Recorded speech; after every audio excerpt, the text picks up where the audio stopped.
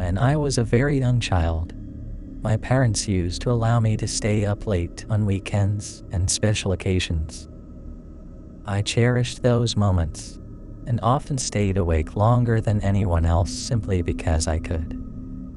One Halloween night, I was engrossed in watching TV until I started drifting off to sleep.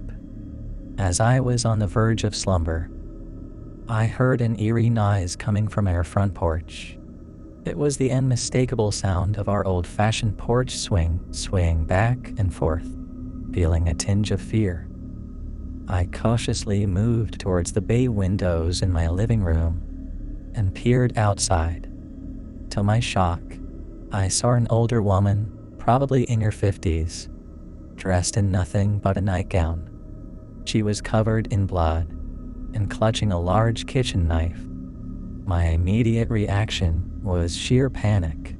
I sprinted towards my parents' room, but I was so terrified that I couldn't articulate what I had witnessed.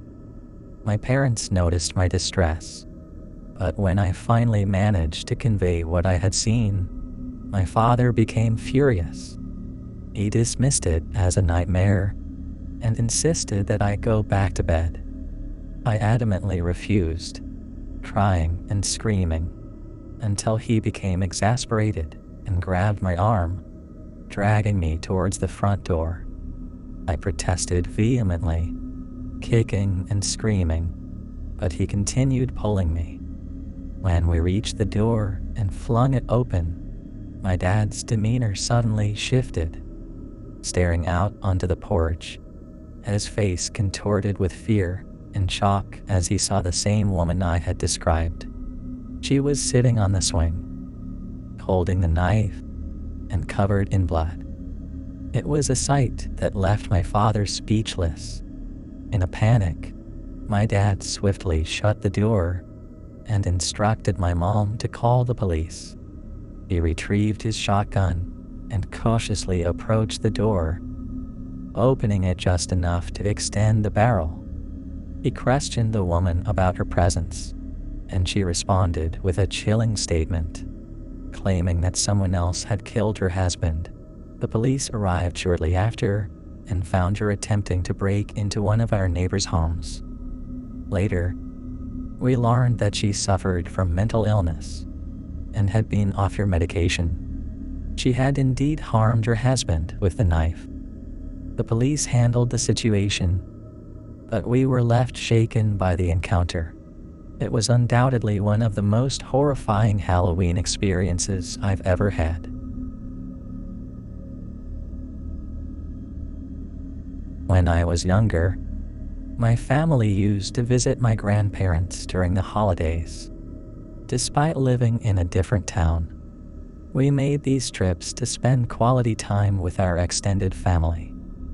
My aunt's house was conveniently located just 2 doors down from my grandparents'.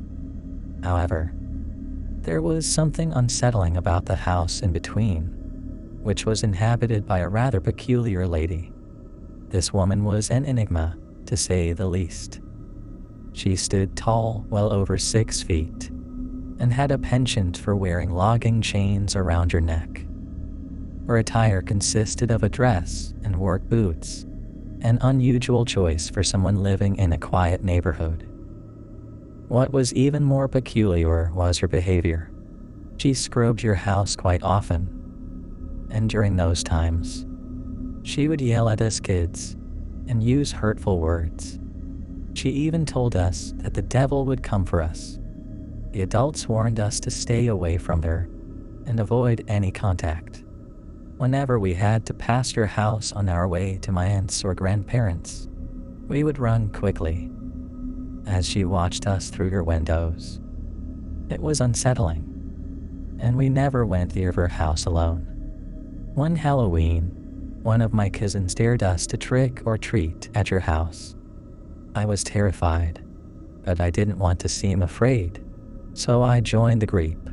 When one of us rang her doorbell, we heard loud banging noises inside, like doors slamming. She answered the door, holding what appeared to be a severed head, and we all screamed in terror. The adults later told us it was just a Halloween decoration, and we shouldn't have bothered her. They said she was trying to scare us, but we had no business pestering her. A couple of months later, the police raided her house and made a horrifying discovery. They found multiple dead bodies, and some of them were missing their heads. To this day, that incident haunts me, and I can never forget it.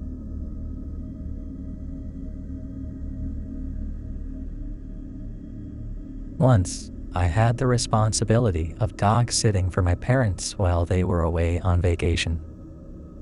Their home was situated in a quiet, rural countryside village, in a converted barn. However, I had always felt uneasy staying there alone, especially during the nighttime.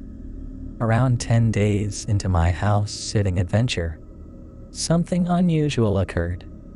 At 4 in the morning, I suddenly woke up to a strange sound coming from downstairs.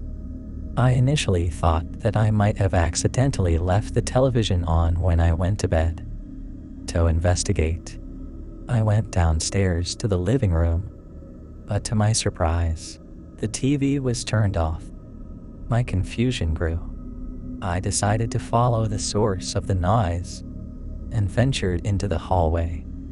There, I noticed something odd. My 2 canine companions were sitting outside the office door, their senses heightened, and they appeared quite alert. The most perplexing discovery was the light seeping out from beneath the office door. What happened next remains a complete mystery to me.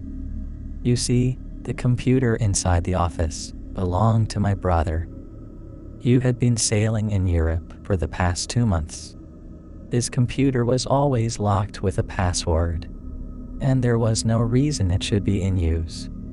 However, on that eerie night, when I entered the office, I found the computer turned on and unlocked. Even more unsettling, the sound I had heard was coming from a YouTube video discussing Soviet experiments involving dog head transplants.